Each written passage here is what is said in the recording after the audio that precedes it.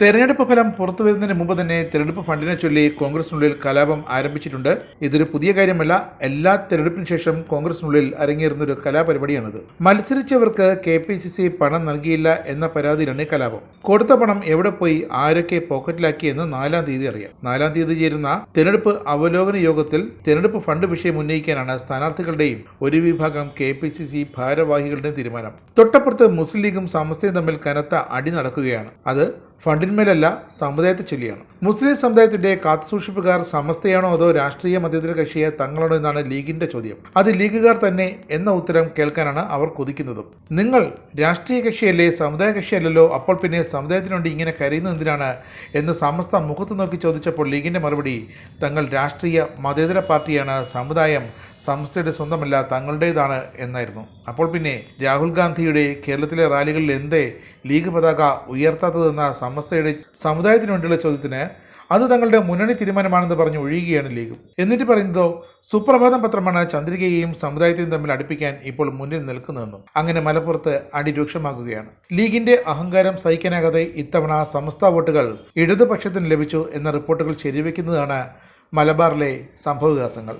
സമസ്തയുടെ വഴി വളരെ നേർവഴി തന്നെയെന്ന് വ്യക്തം.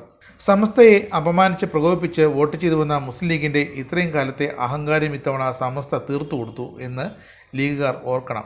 ഇതുപോലെ എത്ര സമസ്ത കുടുംബങ്ങൾ പൊന്നാനിയിലും മലപ്പുറത്തും മാത്രമല്ല സമസ്തയുള്ള മിക്ക മണ്ഡലങ്ങളിലും കൃത്യമായി തങ്ങളുടെ സമ്മതിദാനാവശ്യം വിനിയോഗിച്ചു കഴിഞ്ഞു എന്ന് ലീഗുകാർ ഓർക്കണം. സമസ്ത ഇതിലൂടെ നൽകുന്ന സന്ദേശം വളരെ കൃത്യമാണ്.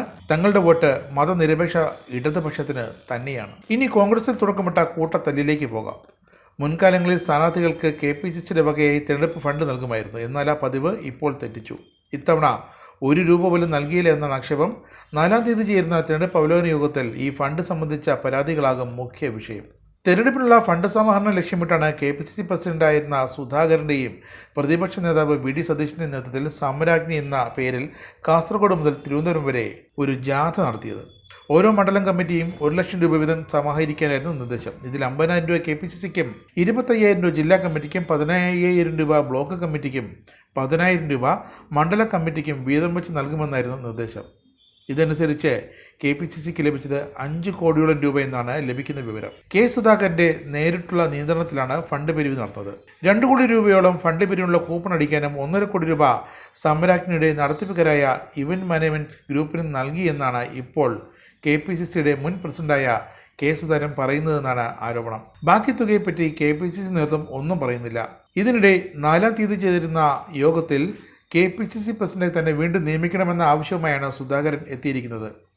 സുധാകരൻ ഈ ആവശ്യം AICCയോട് നേരിട്ട് ആവശ്യപ്പെട്ടു കഴിഞ്ഞു. സുധാകരൻ കണ്ണൂരിൽ മത്സരിച്ചതിനാൽ MMSനെ ആക്ടിംഗ് പ്രസിഡന്റാക്കുകയായിരുന്നു.